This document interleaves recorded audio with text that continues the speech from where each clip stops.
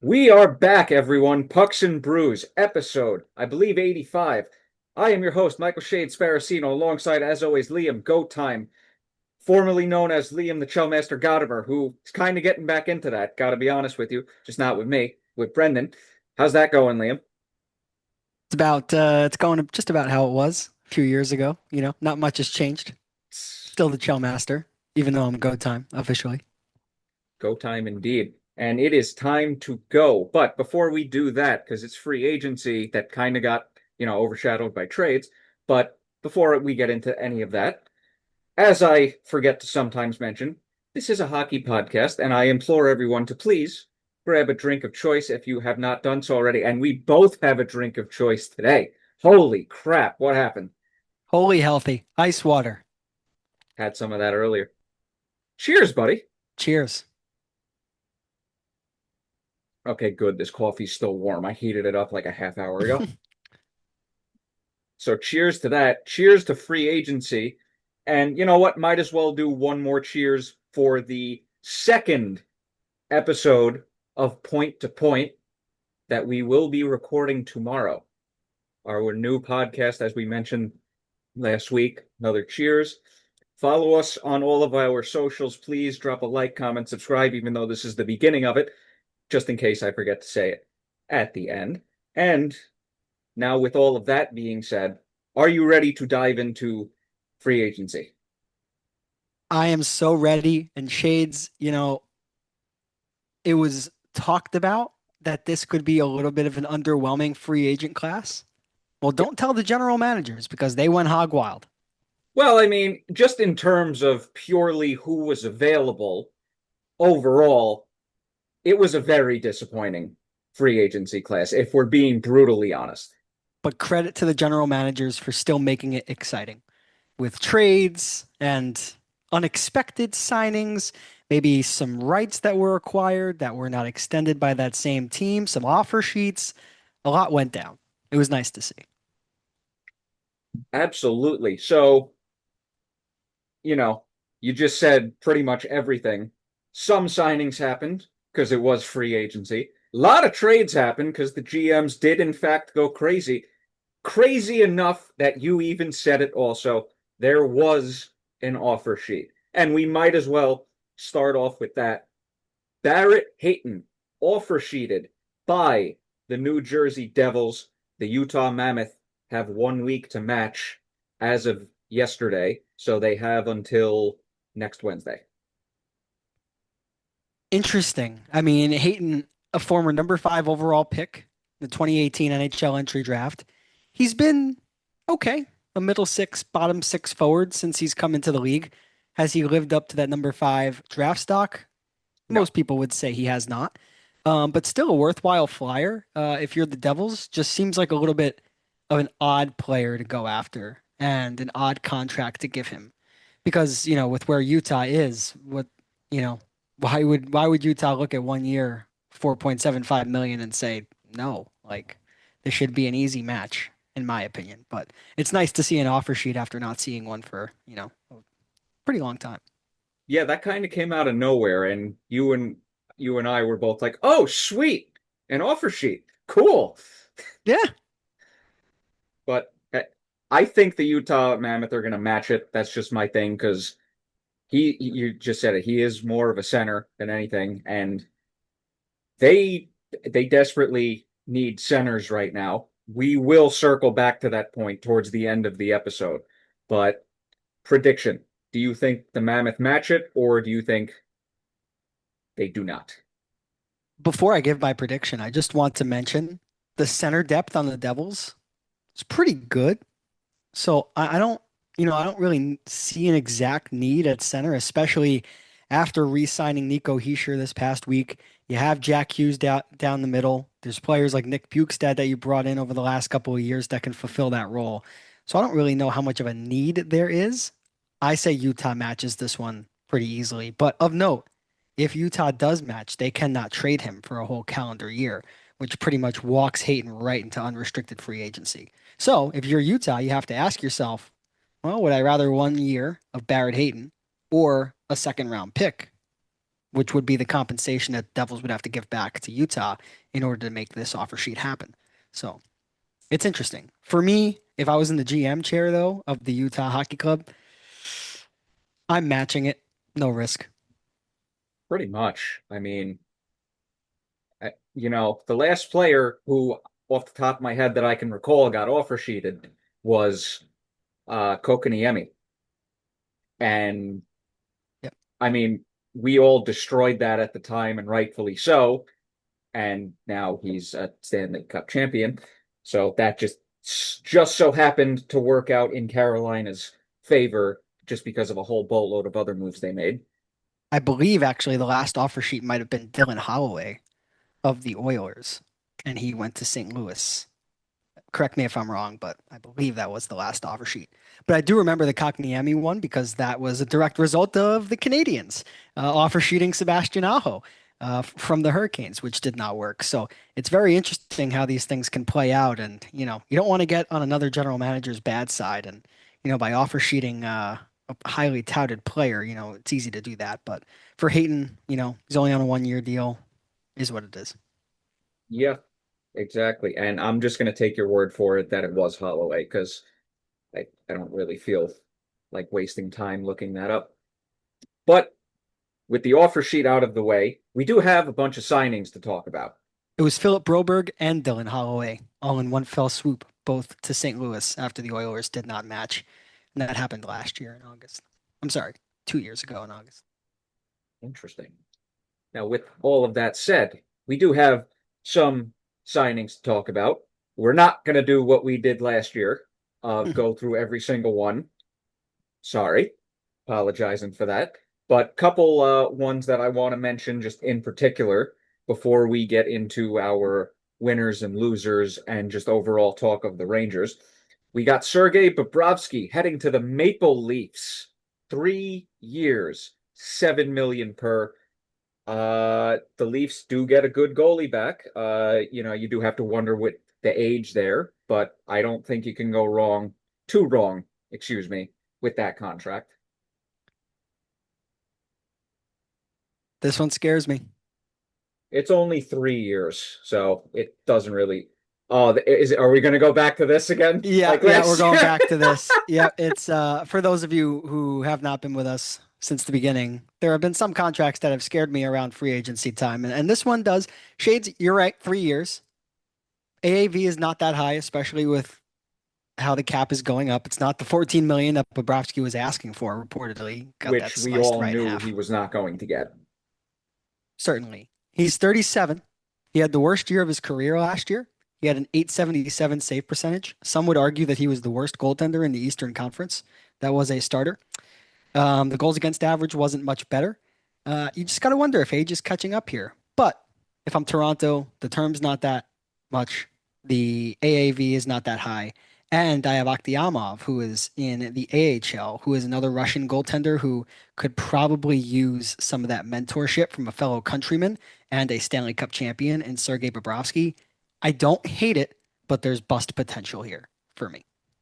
Yeah, no, absolutely right. Just Florida, just in general, was a mess with the injuries last year, so he gets half of a pass from me. Right. And it seems just in the bigger picture, it seems like John Chayka is ready for this team to compete for a Stanley Cup. Seriously. We'll It see. looks like they're loading it up for it. And some of the other moves that we'll talk about will accentuate that point. But Bobrovsky, that's something they've needed for a real long time. They've needed a number one. And if Bob can play like Bob has played throughout, 95% of his career, they're gonna get there. But if Hopefully. last year is any indication, it scares me. So moving from one goalie to the next, Freddie Anderson going from the Stanley Cup winning Carolina Hurricanes to the Edmonton Oilers. I like this move for the Oilers because Anderson, he has been a very good goalie for a very long time, albeit, never really in Vezina conversation, but he's consistently been a top 10 goalie for, like I said, several years in a row, maybe outside of the last couple of years because of his injuries. But you do have to worry about that in the back of your head. But on the surface, Edmonton finally gets a decent goalie again, probably for the first time since Mike Smith in like 21, 22. You know, Here's a stat for you. Oh, Frederick Anderson did not have a goals against average under 3 in his entire NHL career in a single season until this past season. And I'm not saying that to knock the signing at all. This was much needed. Finally, the Oilers get a starting goaltender. How long can Freddie Anderson hang up? That's the big question. But I like the signing on paper. Finally, the Oilers address their need in goal. It's been a long time coming. absolutely. And on to the third and final goalie contract that I would just like to put some emphasis on. Dan Vladar, 5 by 5.5 in Philly, coming off a very good year for him. Good move for Philly, and looks like they're on the up and up. So this has the potential to be a very good deal for the Flyers. Yeah, with the cap going up, $5 million is nothing to be worried about, and you get a goaltender under term. And on top of that, Vladar has earned this. Yeah. Former Atlanta Gladiator in the ECHL, worked his way all the way up. Exactly. Even though that's more of a re-sign, from a team instead of straight up. I believe that's a re-sign in Philly instead It of is. just a straight up unrestricted free agent signing. While we're on re-signings, let's bring up a couple other guys. Ivan Demidov, 8 years by 9.125 mil in Montreal. Great young player. This contract is going to be good for both the player and the team. This is the best contract I've seen given out. This is going to be a steal. Great deal for the Habs. Jeff Gorton, baby. Even though he's not the GM, he is president of hockey operations, but he's done a very good job with them since going there. Kent Hughes, too. Yep, deserves some credit. Exactly.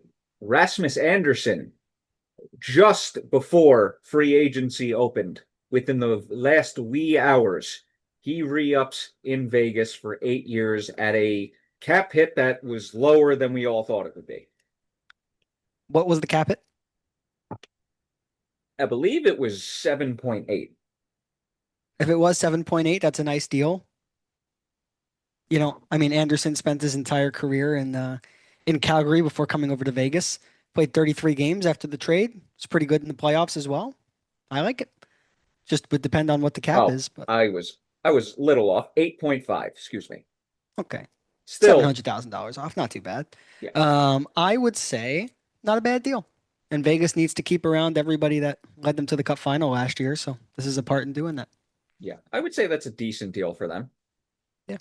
Yeah. Because reports were he was asking for like 9, 10 million. So for him to get term at a good cap hit like that, good for him.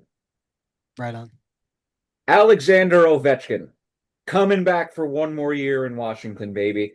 4.125 or 4.25 base cap hit. I'm just a big Ovi fan. You'll love to see it. Yeah, I think a lot of people really didn't know what his future was going to be after the end of last season. And, I think once the noise started to pick up over the last couple of days, of course, with, free agency just opening yesterday, it was time for him to make a decision. 1 year, this is going to be the farewell tour. And yeah, I'm happy that he announced that this is going to be his last year so we can enjoy every last moment of it, knowing that it is going to be all she wrote. Yeah, definitely going to be some teary eyes over here on my end at the end of the season, but we'll cross that bridge when we get to it. Another guy in Philly that we got to mention, Tyson Foster, 8 years, 7 million for a center. I like Tyson Forster. Looks like he's going to be a Flyer his whole career. Looks like it. You don't see that too much these days. It's not like the old days. You don't. You don't. And again, good contract for team and player. And I believe Forster was a former first round pick, which I he believe was. so. So, had a little bit of shortened season last year, dealt with some injuries. So Another, we're going on to the Minnesota Wild right now. Bobby Brink re-ups for 1 year in the $3 million range, which I was very much under the impression he was going to hit unrestricted free agency when it was announced that the Wild did not give him a qualifying offer, only for a couple hours later to announce, we've re-signed Bobby Brink. And I'm just like, damn. yeah, it's been kind of an up and down road in the National Hockey League for Bobby Brink. I mean, a couple of really good years in Philadelphia, and then after just his first 13 games in Minnesota, wasn't the best for him. But I agree. I think this is a player you want to make sure you retain. to the New Jersey Devils. This contract scares me. I'm going to steal your phrase. Nico Hischier, 5 years by 11.7 million. I don't think he's lived up to the hype of a number one overall pick, and that's a steep price point for a guy like that. He's good, but $11.7 million a year good? I don't think so. Yeah, I'm a little 50-50 on it, to be honest. I think Heisha provides so much defensively that you have to take that into account when, formulating what his value is. The point production, he is a 70, 80 point center when he is at his best. And are you going to pay 11.75 million for that? I don't know. But obviously the Devils know what works for them. And again, all I'll say is defensively, can't put a price tag on that. When you have a player who commits to defense, it's needed if you're going to win a championship. So I'm going to trust that they made the right call, but 11.75 is high.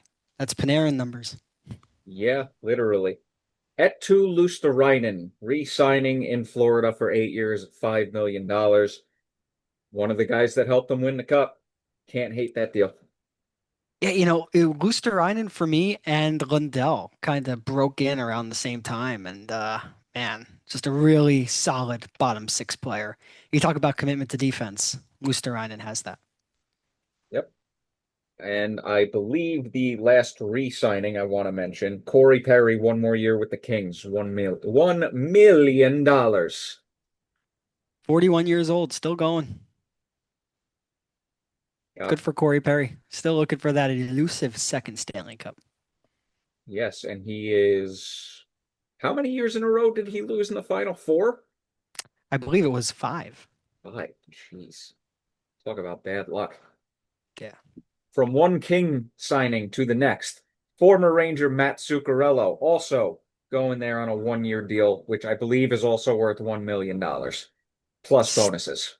Steal value wise. I mean, Zuccarello doesn't have much legs anymore, but his ability to pass the puck and facilitate, it's going to be insane.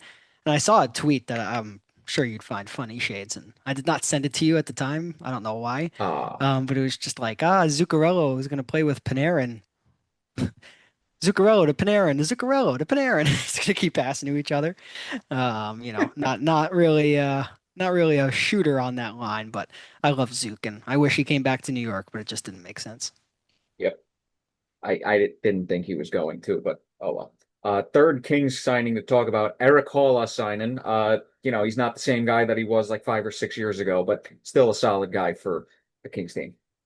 Yeah, I really like Eric Halla. It seems like he just keeps getting 1 year deals. Mm. Good player, played in Nashville last year, centerman, veteran. Uh, Mackie Samoskevich, former Florida Panther, 3 year deal in Seattle. That's just a good pickup for them. Yeah, you make the trade, you have to make sure you lock him up, and they do. That's a good cap hit too. I think he's going to break out, like I said in the last episode. Yep. Victor Arvidsson, 2 year deal in Detroit. Good solid depth pickup for them, but God only knows what's going to happen with them with the Dylan Larkin situation and all that. Gosh, I love Arvidsson. He's been grossly underpaid, I feel like, the last few years. I Mm. mean, 54 points in Boston last year. It just clicked after it really didn't work in Edmonton. Great signing. Jaden Schwartz, 3 years in Colorado, 3.25. He's just been a solid bottom to middle six forward pretty much the entire time he's been in the league. Yeah, if you want to win a Stanley Cup, you kind of need guys like that, right? So, them bringing him in to help out down the middle, it's going to be a good addition. Absolutely. Now, I got two more guys that I want to mention, but I'm going to transition this and make this part of the winners and losers of free agency. Let's start with the losers. I have a bunch of teams on my list, couple that can be grouped together. So I'll just start off by saying, as much as I didn't want this team to be on the list heading into yesterday, the moves they made put them on this list. The San Jose Sharks. Mm. You signed Jacob Trouba to 4 years at 8.125 million. You actually make a not horrible trade to bring in Darnell Nurse, but it's Darnell Nurse who struggles defensively. You're going to pair him with the traffic cone Trouba, and then what is that Marchment contract? One of the two players that I'm coming back to. 5 years at 7 million. Seriously? He's like, don't get me wrong, Marchment's a good player, but I don't know if he should be getting top six money. Yeah. Certainly can't deny there. I'm not going to say that the Sharks are losers. I don't love the trade for Nurse, and I certainly don't love the signing of Truba, but I think Truba was going to get paid somewhere. For me, I'm going to go a little bit off the board for my first loser, Shades. How about Dallas? You talk about a contender that didn't make themselves better. They traded away Maverick Bork, who's a real good young player, for picks to Nashville. Okay, I understand. Ilya Labushkin goes in that trade too. You can't trade Jason Robertson because he won't sign anywhere else. You can't sign him either because you can't get him under a cap hit that you find feasible. Zach Werenski declined to come there in a trade potentially from Columbus. This is a team that was at the top of the Central, and the teams around them are only getting better. I know we'll get to Utah and some of the moves that they've made, and we know how good Colorado is. For me, the Stars kind of stayed stagnant, and I don't know what the answer is going to be here with Robertson. It doesn't seem like an easy fix. And there's only so many teams that were going to offer you the assets that you were looking for. And if you go back to that trade that they made with Seattle, that number one asset they were going to get back was a top seven pick in this year's draft. Well, guess what? Robertson didn't sign in Seattle. He's not signing with you, and the draft is over. What's coming up here? So that's where I'm at. And you know what? On that same note, I'll just give you both of my losers because I'm not going to go with typical losers in a very similar position. This team had a great draft week, but what are you doing on July 1st? Buffalo. What's going on? You don't acquire a goaltender. You miss out In on bringing fact, didn't Alex Tuck back. didn't I'm they sorry. actually trade a goalie away, Buffalo? They traded Devin Levi. There was a real opportunity to take a massive step up here, and it didn't happen on July 1. That's not to say that it's not going to happen throughout the rest of the offseason, but I just feel like a lot of people aren't talking about Buffalo and Dallas and just how underwhelming their kind of lack of moves were. So that's who I got. But I agree with you with San Jose. You know, they had cap space, they had a chance to spend it, and I don't necessarily think Greer spent it in the right place. So I'm with you there. I'm gonna kind of stay on the same type of trajectory that you just did with what are you doing? You brought up the Stars. I'm gonna go ahead and bring up the Ducks. Second round exit last year, Yeah, that's a good point. young up and coming team. They did nothing yesterday. It's like, are you guys just are you trying to improve or are you like just I don't know, just going at for another run at the mill here and just wasting another year? That's what it comes across to me as. They traded McTavish and Zellweger and kind of didn't replenish their main roster. So I hear where you're coming from. Even though they did get a nice trade package back for McTavish and two first round picks. They Another did, one, but it yeah, doesn't help them. no, So not immediately. Absolutely not. I'll go to the East Conference real quick. The Senators, just I'm trying to stick this solely or keep this solely to yesterday, but after the Kachuk trade, and they also did nothing yesterday, I they look like a team that's going to go back and miss the playoffs now next season. interesting. That's why they're on the list. Uh, a very minor loser, Carolina Hurricanes. You trade for John Carlson, and then he signs with another team. Failed opportunity there. Minor gaff, sure. Yeah. I also just put the Bruins on the list for the Borgen trade alone because thank you. And last but not least, I'm also going to go with the Mammoth. That Trocheck trade alone should put them on the list, but they also just made a bunch of nobody signings and kind of stuck in the middle of that team, it looks like. I like it. For me, I'm going to add one more team to my list. Hit me. The Columbus Blue Jackets. Really stinky situation with Zach Werenski, I feel like. So much just so that they had to come out with a joint statement yesterday. Yep. Werenski and Don Waddell expressing their commitment to one another. So obviously the noise got to the organization there. Oh yeah. Kirill Marchenko told the team that he's not going to re-sign. That's a 100-point guy. So you have a 100-point forward and you have an 80-point defenseman, Who both just of won the which Norris. who just won the Norris, both of which are their futures are kind of in doubt. You talk about having a lack of direction. That's kind of where I'm at with the Blue Jackets. And it's a shame because they should be able to compete as soon as next year, but I'm just not seeing how the pieces fit together to make that happen. And they lose veteran leadership in free agency. I know Boone Jenner wasn't the Yeah. sexiest name out there, but that's a player that's been with Columbus his entire career. He moves on elsewhere. I just don't know how that room's looking. Yeah, Columbus, they kind of feel like they circle back to the drain every 3 to 4 years of they look like they're going up, then a bunch of stuff happens, they come right back down, and they're once once again at it of where's the direction, like you said.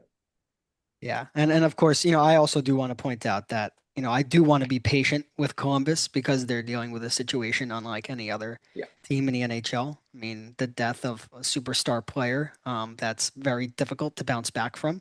And it's not the biggest market either. But for me, I would have liked to see a little bit more. Yeah. Oh, absolutely. And we go on to the winners of free agency. I mean, we just brought up the team that didn't sign him in the Hurricanes. Winner for getting the best defenseman on the market, Tampa Bay Lightning. 2 years at a lower cap hit than we all thought he was going to get. I believe at 8 million. I would have to double check that. But they also signed Ilya Mikheyev, who's a decent middle six guy.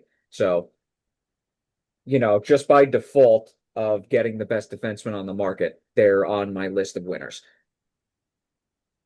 Who you got? Shades, for me, I'm going to start out west. How about Edmonton? You bring in a number one goaltender. You get rid of that Darnell Nurse contract. You bring in Connor Murphy and Jason Dickinson, who I think are players that help you on the margins, but I think that it's important after losing those two aforementioned pieces that you replenish in some way. Not only do you trade Darnell Nurse, but you get Shakir Makumadulin from San Jose, who was a pretty good prospect over there. You freed $9.25 million in cap space, and you're setting yourself up to really make a legitimate bid to retain Connor McDavid's services after this upcoming season if it goes awry. So just the cap flexibility they gave themselves and the fact that they got better in the process, they're a winner for me. Another team I actually really liked who's had a good past couple days. Sneaky little good day yesterday. Nashville Predators. I mean, they added Maverick Cork in the trade, like we said. Also got, I think, another former Maple Leaf in Ilya Lyubushkin, decent depth guy. They also got Jack Drury from the Hurricanes, and they also signed Alex Kerfoot yesterday. Bunch of good, decent bottom, depth signings. Can't hate on that. I hate to say it, but it finally feels like Nashville is bouncing back after that Trotz era as general manager, where things just weren't great. So it's nice to see them making sensible moves again. Who you got next on your list?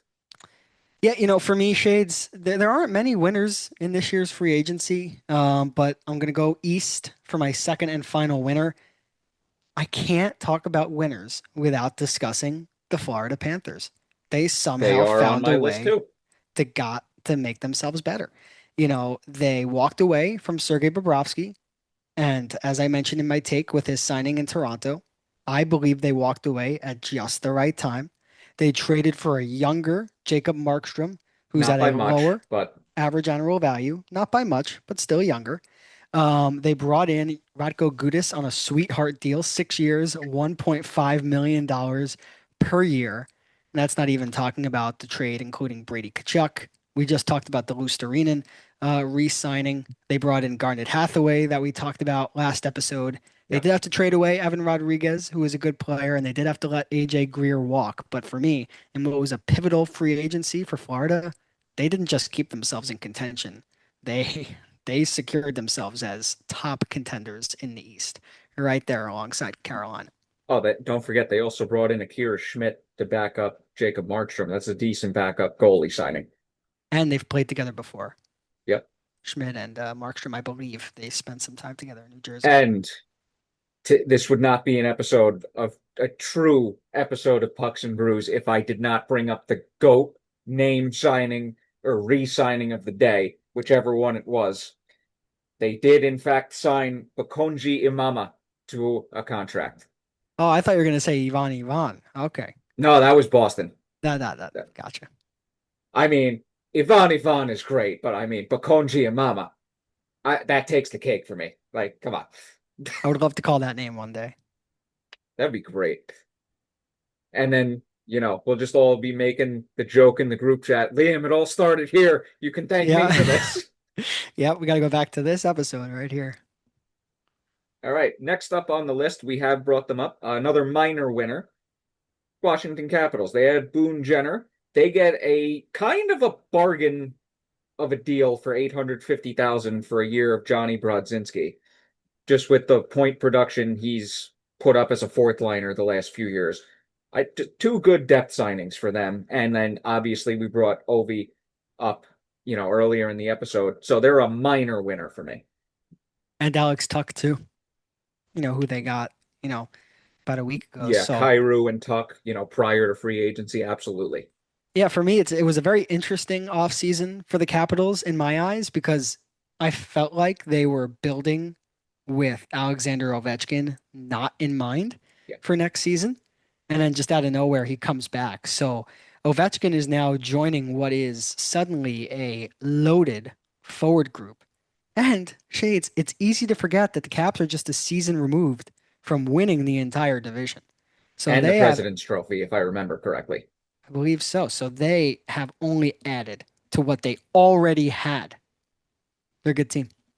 Yeah, and then you kind of look at their defense and go, ooh, Yeah. not great.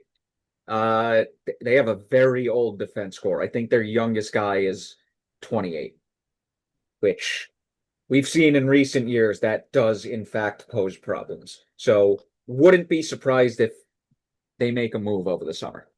They made a huge signing for Vincent Desharnais, which I think fans were a little bit surprised on. Hmm. I don't have the exact AAV in front of me or the term, but I think it's worth looking up Shades. But just while you do that, Chikrin and Matt Roy on their defense. Chikrin, good veteran. Roy, same thing. Faravari, I would argue, is the most underrated defensive defenseman in hockey. Desharnais is huge, but very good defensively, but skating, sometimes can be in doubt. Sandine, I really like, even back to his time in Toronto, and Liljegren is a good player. But yeah, if you look at where they are going to struggle on the back end, is where I foresee it being. Because up front, I mean, they are just Hey, yikes. and they got a decent goalie tandem in Logan Thompson and Charlie Lindgren too. So Yep, they do. like this is definitely a team that I look at and go, especially in the East, like this team can do some damage. This is a top two team in the Metro for sure. Definitely on paper, them and the Hurricanes at the moment. But I will say, if I had to pick a team that was gonna be third on that list, I think we all, or the two of us, have to collectively agree that the Rangers should be on the winners list after yesterday. Yep, they should be. Now, I'm going to get more in depth in a second, but just in terms of the free agent signings, they traded for Dorofeev, so that doesn't really count. But Bjorkstrand is a decent middle six guy coming off a not great season, if we're being honest. And I don't really understand the Veleno signing, to be honest. But the acquisitions of Marcus Pettersson for a 2030 first round pick, which I just have to say, I find it hilarious because Vancouver must have been desperate to get this contract off the books if they're willing to accept a draft pick 4 years in the future. That's also top 10 protected on top of that. Like when I realized that last night, I just started dying because I'm like, how is this even possible? Like, how is this happening? And then obviously the Trocheck trade, where we get a third round pick, a first round pick center prospect from 2 years ago, and also defenseman Sean Dursey. Uh, good return. I do have to admit though, Dursey missing 74 games over the last 2 years, the injury concern is there for me. So I'm cautiously optimistic there with him. But I think overall, just with the day they had, and like I said, we're gonna get back to we'll expand on this in a second, but I think you got to put him on the list of winners after yesterday. I agree with you. Of course, we'll dive deeper into it. You know, I understood the Valeno signing fits his role down the middle, not going to provide a lot of points for you. The Pedersen trade, I don't love giving up a first round pick, but I'm just reminding myself that that kid's 13 years old right now, so nothing to worry about. And Sean Dursey, injury concern, yes, but a legitimate top four D man, also yes, which was much, much needed. But we'll get into it. I think the Rangers are a much better team today than they were 3 weeks ago, and that's what matters most. All right, now before we get to the Rangers talk, I just want to correct myself. I mixed up Colorado's and Washington's defensive cores. So my bad about that. Washington's defense core is good. Colorado's defense core is old. So yeah. On to the Rangers. Okay, so I purposely did not really mention them earlier in the episode. We just talked about the Pedersen and the Dursey acquisitions with the Trocheck trade. Now let's just speak about it overall. Let's just go from the Dorofeev trade. You bring in Dorofeev. Obviously, the two first-round picks in the second. You bring in Marcus Pettersson for a 2030 first. You sign Joe Veleno to a one-year deal. You sign Oliver Bjorkstrand to a one-year deal. You make a trade that happened for Jonas Korpisalo, and little bit, this is just being brutally honest, little bit of a mixed bag for me, but mostly good, which considering Chris Drury's off seasons up to this point, this is probably his best one. I think there was less bad last year, but overall mostly good. What do you think? Yeah, I would say overall mostly good. I'll start with Dorofeev. It's nice to see a splash right away, and obviously Panarin no longer on the team. There was going to be a need to bring in, if not one, but two top six forwards. So you bring in Dorofeev. He exploded in the playoffs for 12 goals, back-to-back 35 plus goal seasons with Vegas. The cap hit is what it is, but that's the going rate for these types of players these days. And if Dorofeev is the player that Chris Drury hopes he is, he'll be on that Well, first line for if years to he's come. if he's the player that we all hope he is. Yes, of course.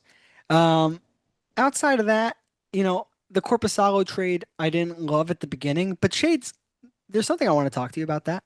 Hit me. Maybe they just made that trade and said we're gonna circle back on Borgen, but for right now, we're gonna trade Corpusalo, give us the fourth, commit to this, and then we'll give you this. And if you combine the two trades together, it looks a lot better. The Rangers get off of a contract that had 3+ years left on it, with the AAV rising for a player that didn't produce much on the back end.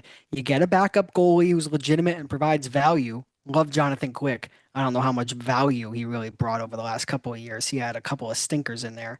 And you get two draft picks, both of which are higher than what you gave to Boston in the first place. So, for me, those kind of wash out. And my last point, Bjorkstrand, big fan, 820 goal seasons under his belt. You mentioned that a lot of his production was on the power play last year with Tampa Bay, which is true. I think his usage was odd, and I think he's going to return exactly to the type of player that he was once he, was given that typical ice time. So I think we're a much better team than we were 3 weeks ago. The defensive core is completely overhauled. It needed to happen. And hey, if the worst move is bringing in the backup goaltender, I'm okay with that. Yeah, You know? yeah. Yeah, I And just the don't. Trocheck trade was awesome. Good move. Yeah, I don't understand giving up a 23-year-old prospect and a fourth round pick for a goalie who has literally been a bottom five goalie the last 2 seasons when you would have been better off going after a guy like Vitek Vanacek, who I believe signed for a million. That's the part I don't get. Like there were better options available that you didn't have to give up anything for besides cap space. So that I don't get this one. I would say Vasaninen, who was the player that went, the 23-year-old that you touched on, really a non-factor in my opinion, forward that hadn't produced much at the AHL level. So, I think you can kind of throw that away. But the draft pick definitely is what it is. But again, I'll go back to what I said. You made a trade with the same team hours later, and you got two picks, both of which were better than the one that you traded away. And what you gave away in order to get those two picks were a player that you had no plans for. So, yes, while it didn't look good on the surface level when it first came out, I'm choosing to put the two together. And that Yeah. way it looks a lot better. I mean, I'm gonna keep them separate because two different positions. Yeah, but But Korpisalo, a goaltender that's had seasons above 900 save percentage, he's been good not lately. before. He's 32 years old. He had 921 and 22-23 with Los Angeles, but yeah, it's been a little bit of a downward spiral. But again, Igor Shesterkin's going to get a lot of the playing time, so how much do you really need out of him? So Yeah, now it goes to be seen what's gonna happen with Dylan Garand. yeah, can't send him down. He'll be if you try to send him down to Hartford, he'll be eligible for waivers. So this is And probably good somebody's backup plan probably for gonna that. pick him up. Exactly. And then you're left without depth in the minors and you're left without a backup goaltender at the NHL level. So, but I do Now agree with your point that you could have gotten someone for free. now just what happens if they send Corpusalo down and a team goes, oh crap, we actually need another goalie and we're kind of close to the cap floor. If that could happen, not likely, but if that does happen, we're going to be like, so we basically traded away a prospect and a fourth round pick for literally nothing. But unless that happens, I'm just saying, like it's possible. Right now, we got something. Yeah, because you know they're not going to carry three goalies. He's a big goalie, 6'4", 200 pounds. So, I mean, we got something. That's definitely a good way to put it. yeah. Yeah. So, but Borgen trade though, absolutely. You take a second and a third all day for a guy you never probably should have signed to an extension, at least that extension in the first place. So, again, a good move cancels out a bad move from 2 years ago. Yeah. That's kind of a wash for me. In terms of Joe Veleno, he played 61 games last year and had 5 points. Brodzinski had like 10 goals last year, and his cap hit for the Capitals this year is 850,000. So they probably would have been better off just keeping him. That's just my opinion. I'm I not like high on Veleno at all I like anymore. Valeno. He's a two-way center. He helps defensively. Fourth line, you're not really expecting much. 1 year deal, no risk. I don't hate it. Yeah, feel like they could have did better by doing nothing on that. On that note, onto the Bjorkstrand signing. I'm not as high on this as everyone is because his production drop off the last 2 years was eyebrow raising, to say the least. He went from 57 points 2 seasons ago to, I believe, 46, excuse me, 3 seasons ago to, I believe, 46 2 seasons ago. And then I believe it was 32 this past season. 9 power play goals, which looks nice, but then you realize, oh, he only had three at even strength the entire season on a Tampa Bay team that pretty much was scoring at will. So that does raise some concerns for me. Yeah, kind of hard to break through when, you're entering a team with a forward group established like the Tampa Bay Lightning. Reading up on, what Lightning fans thought about him. He was deployed on the fourth line most of the year. So I think tough to kind of get yourself going at even strength when you're, playing in the bottom, three, in terms of the players up front.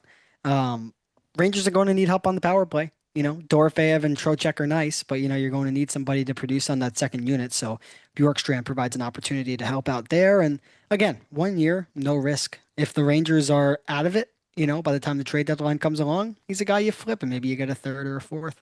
You just keep Well, replenishing that draft pool. if they are out of it by the trade deadline, that means a lot of things went wrong, and we're going to need to have a serious discussion 8 months from now. So again, we'll I cross like him. that bridge when we get to it, if we get to it. Hopefully not, because I don't think I could deal with another season like last year. But and then, all right, let's just talk about the Trocheck trade as a whole. You get the first round prospect from 2 years ago. Again, this could be 50-50. He could turn out to be really good. He could turn out to be an AHLer. Time will tell. Hopefully it's the former. You get Sean Dursey, who I brought up, does kind of have injury concerns, but the guy can skate, top four defenseman, desperately needed that. And, a third round pick is a third round pick. That's a trade chip. So he did good there. Yeah, it's a nice trade. I mean, Trocheck, I think some fans would say that he was a little bit on the decline over the last couple of years, and especially after Panarin was traded, that kind of took away his bread and butter. See what I did there? Yep. But yes, you got off of that contract. A lot of speculation that the Rangers were going to move Trocheck during the trade deadline last year, and they wait until the offseason to do it.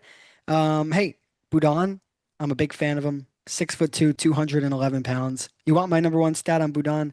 29 points in 15 playoff games last year in Barrie. 29 and 15.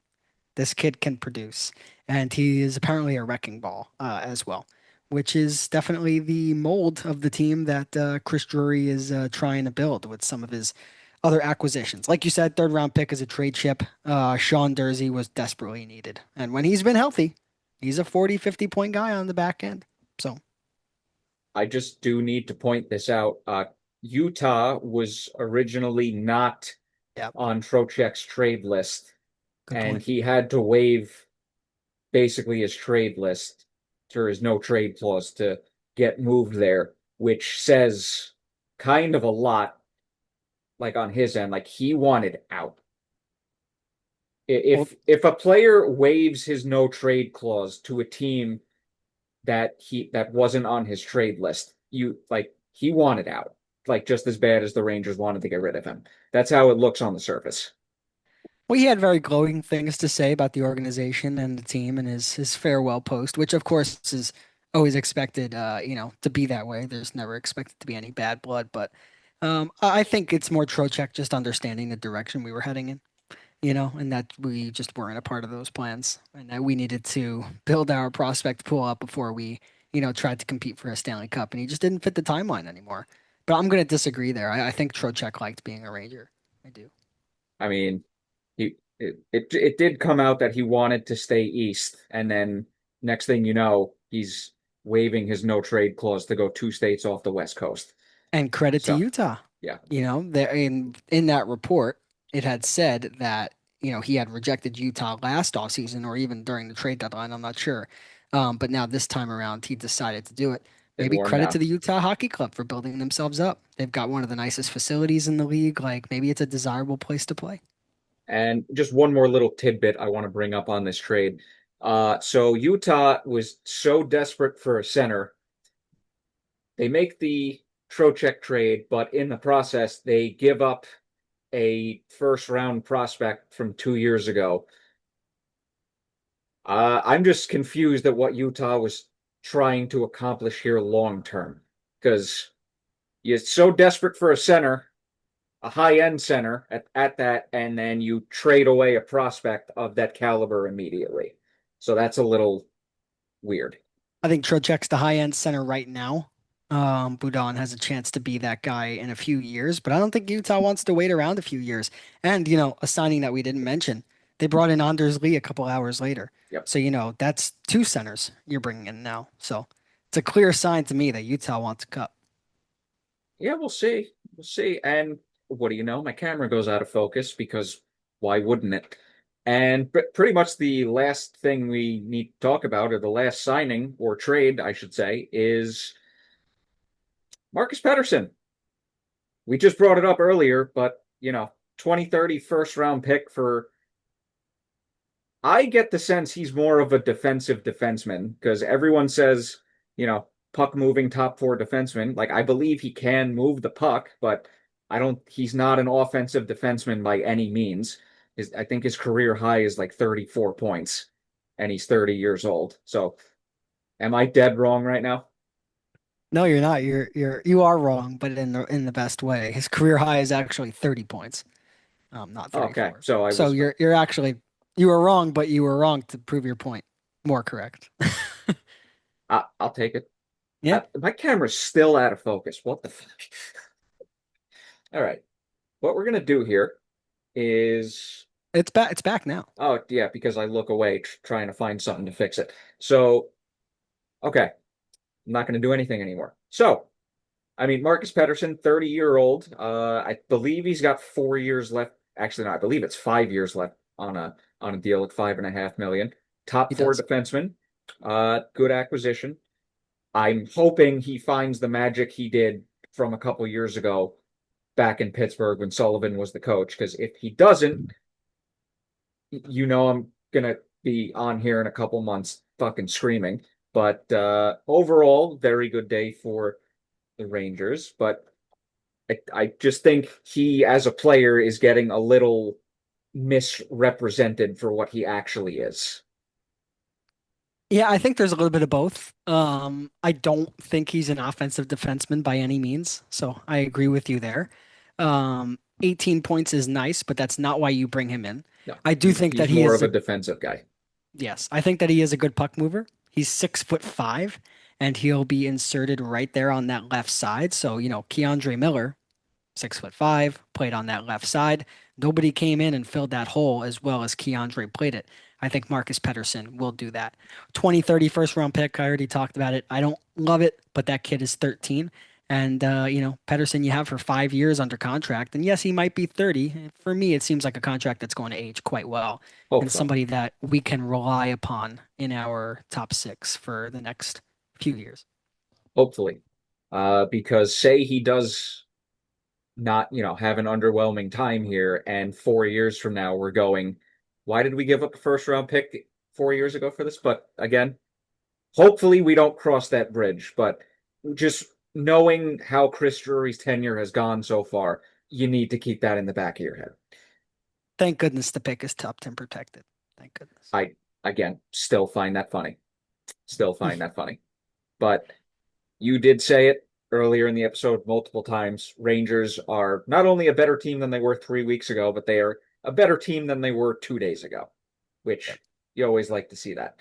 And, they gave the press conference, oh yeah, we may not be done. It's just like, I don't think you're going to do much more with, you know, you're not bringing Patty Kane back. That was a failed experiment once. Don't make the same mistake twice, please. He's 3 years older now. Would like to see him in a Saber uniform. Same, same. But that is all we got for you today. Massive improvement over last year. And damn, we got through that pretty dang quickly, don't you think? We just keep on improving year to year. Yeah, I wish my paycheck would too, but oh well.